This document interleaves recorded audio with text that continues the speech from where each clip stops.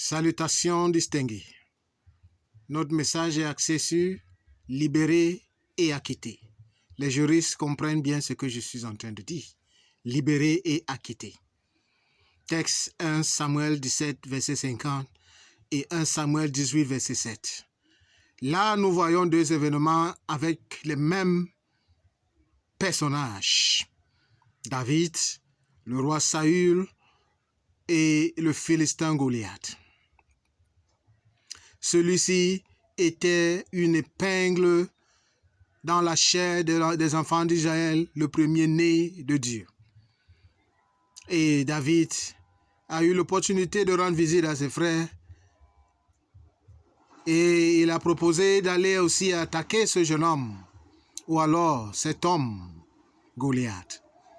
On l'a rué, on s'est moqué de lui, on l'a même humilié, mais lorsque tu as entendu la voix de Dieu, tu es certain d'aller jusqu'au bout. Le roi Saül a même proposé de lui donner son armure, c'est-à-dire son vestimentaire de militaire. Il a pris, il a mis sur lui, mais ça n'allait pas parce que le poids était énorme. Et il a déposé et allé avec sa fronde et quelques pierres, comme instruit par son Seigneur. Lorsqu'il y eut ce face-à-face avec le Philistin Goliath, il s'est moqué et il a cru que David était une viande facile. Mais lorsque le jeune homme a appliqué ce que Dieu lui a demandé de faire, le Philistin s'est retrouvé au sol et c'était la fin du joug des enfants d'Israël. Bien-aimés dans le Seigneur, lorsque j'ai vu le chapitre 18, verset 7, et j'ai compris que les femmes ont célébré en disant que Saül a tué 100, pourtant David a tué 1000. Et cela n'a pas plu au roi Saül qui a commencé à chercher des moyens pour mettre ce jeune homme au sol. Et là, je me suis dit, il savait pourquoi il donnait son armure à un civil d'aller combattre. Imaginez un instant si David n'était pas connecté avec le supernaturel,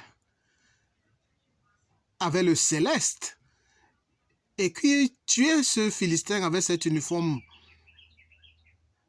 Étant un civil, on devait le mettre en prison. Il devait être fautif. Le roi Saül avait compris que Dieu n'était plus avec lui et que ce jeune homme était sûrement son remplaçant. Raison pour laquelle il a tout fait pour le tendre un piège face à ce Philistin. Bien-aimés dans le Seigneur, ce n'est pas tout don que nous recevons qui sont des dons réels. Certains dons sont empoisonnés, certains cadeaux sont empoisonnés. Certains cadeaux sont des tombes ouvertes. Certains cadeaux sont des pièges mortels. Surtout en cette période festive.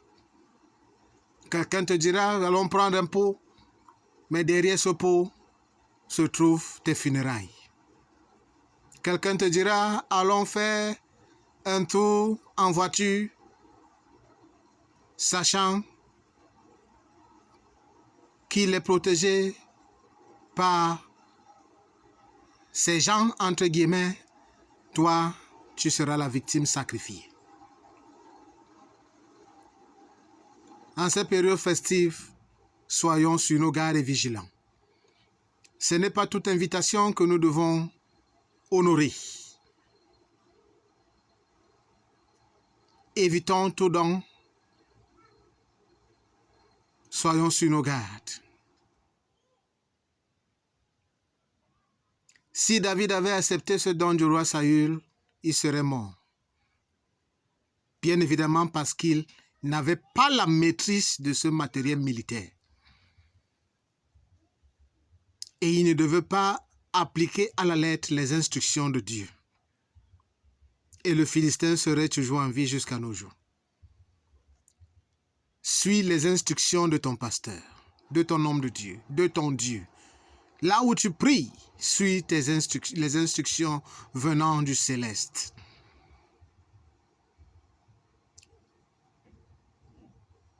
Ne soyons pas des victimes faciles,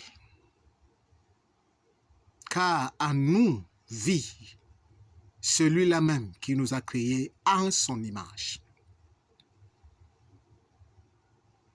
Libérez et acquittez de tout ce que vos ennemis vous accusent, au nom puissant de Jésus-Christ. En cette fin d'année, vous ne tomberez pas dans les pièges de vos ennemis.